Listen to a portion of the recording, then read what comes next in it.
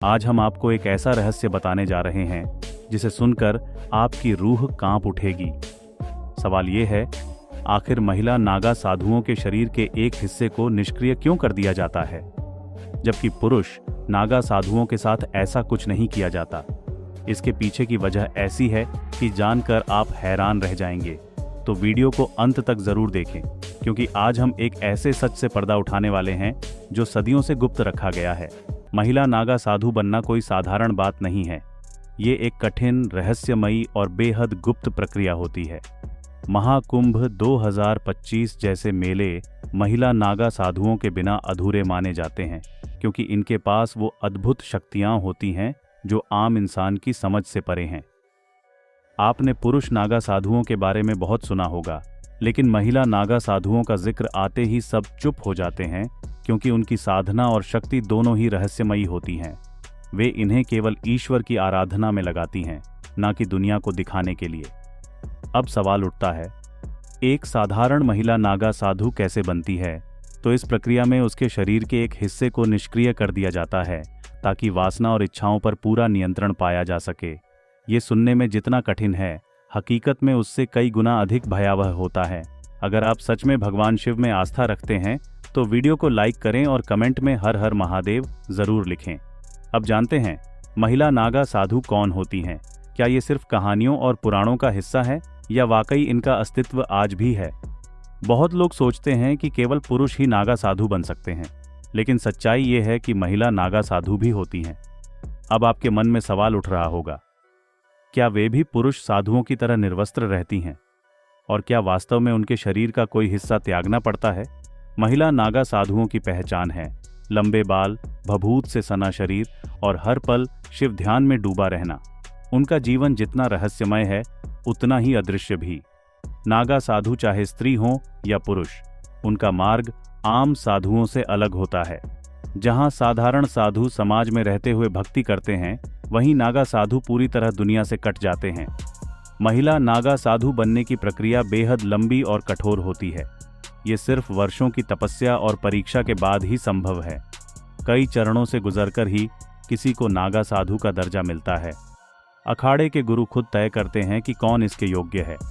पहला चरण होता है तहकीकात, जहां साधु या साध्वी की हर तरह से परीक्षा ली जाती है। अगर अखाड़ा उन्हें योग्य मान ले तो दीक्षा की प्रक्रिया शुरू होती है। इसके बाद आता है महापुरुष का चरण, जहां उन्हें रुद्राक्ष प्रदान किए जाते हैं जो उनकी पहचान बन जाते हैं। अगला चरण है अवधूत, जहां उनका मुंडन कर बाल काट दिए जाते हैं और वे स्वयं का पिंडदान करती हैं।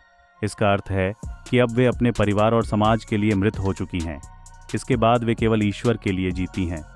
अब आता है सबसे रहस्यमय और विवादित चरण, लिंग भंग। ये प्रक्रिया नागा साधु बनने के अंतिम चरणों में से एक होती है। इसमें साधु को वासना से मुक्त किया जाता है, यानी शरीर के उस हिस्से को निष्क्रिय कर दिया जाता है जो इच्छाओं का कारण होता है। इसे आमतौर पर कुंभ मेले के दौरान अखाड़े के वरिष्ठ गुरुओं की देखरेख में किया जाता है। महिलाओं के लिए ये राह और भी कठिन होती है। उन्हें 10 से 15 साल तक ब्रह्मचर्य का कठोर पालन करना पड़ता है। अगर उनके गुरु समझते हैं कि वो पूरी तरह तैयार हैं, तभी उन्हें नागा साध्वी की दीक्षा दी जाती है। महिला नागा साधु बनने के लिए त्याग, धैर्य और निष्ठा का होना बेहद जरूरी है। उनके जीवन की, यहाँ तक कि पिछले जन्म की भी जांच की जाती है। दीक्षा से पहले उनका भी मुंडन होता है और पिंडदान, जिसका अर्थ है कि अब वो पूरी तरह ईश्वर की हो चुकी हैं। फिर नदी में स्नान कर उन्हें नया जीवन दिया जाता है। महिला नागा साधुओं का हर दिन तपस्या, भजन और ध्यान में गुजरता है। सुबह शिव जाप, दिन में ध्यान और रात को विश्राम, यही उनका जीवन होता है। अखाड़ों में उन्हें माता कहा जाता है और उनका सम्मान किसी देवी से कम नहीं होता। एक बात और, महिला नागा साधुओं को पूरी तरह निर्वस्त्र रहने की अनुमति नहीं होती। वे केवल एक भगवा वस्त्र में रहती हैं, चाहे सर्दी हो या बरसात। तीर्थ स्थलों पर भी वे नग्न स्नान नहीं करती। हैरानी की बात यह है कि अब विदेशी महिलाएं भी नागा साधु बनने लगी हैं। जर्मनी, अमेरिका, नेपाल और मॉस्को से महिलाएं कुंभ मेले में दीक्षा लेती हैं। इनमें कई पढ़ी लिखी और आधुनिक महिलाएं भी शामिल हैं, जिन्होंने गृहस्थ जीवन त्याग कर साधना का मार्ग चुना। महिला नागा साधु अपने पहनावे और तिलक से अखाड़े की परंपरा निभाती हैं और ईश्वर भक्ति का जिंदा उदाहरण बनती हैं। पर सवाल ये है, कुंभ मेले के अलावा ये साधु कहाँ रहते हैं? वर्षों तक ये गुफाओं, पहाड़ों और जंगलों में तपस्या करती है, जहाँ किसी की पहुँच नहीं होती। इन जगहों को कंदरा कहा जाता है। वहीं से वे साधना करती हैं और समाज से पूरी तरह दूर रहती हैं। पर्वतों में रहने वाली साध्वियों को पर्वतागिरी कहा जाता है और नगर में रहने वालों को पुरी। उनका जीवन कठोर, सादा और पूरी तरह ईश्वरमय होता है। कुंभ के पहले ये साधु साध्वियाँ गुमनाम रहते हैं, पर जैसे ही कुंभ आता है वे एकदम दिव्य रूप में प्रकट होती हैं। असल में इसके पीछे कोतवाल नाम की भूमिका होती है, जो अखाड़े और साधुओं के बीच संपर्क रखता है। वो ही उन्हें कुंभ या अर्धकुंभ की खबर देता है। कई लोग मानते हैं कि नागा साधुओं के पास ऐसी दिव्य शक्तियां होती हैं जिनसे वे अपने साथियों के संकेत दूर से समझ लेते हैं।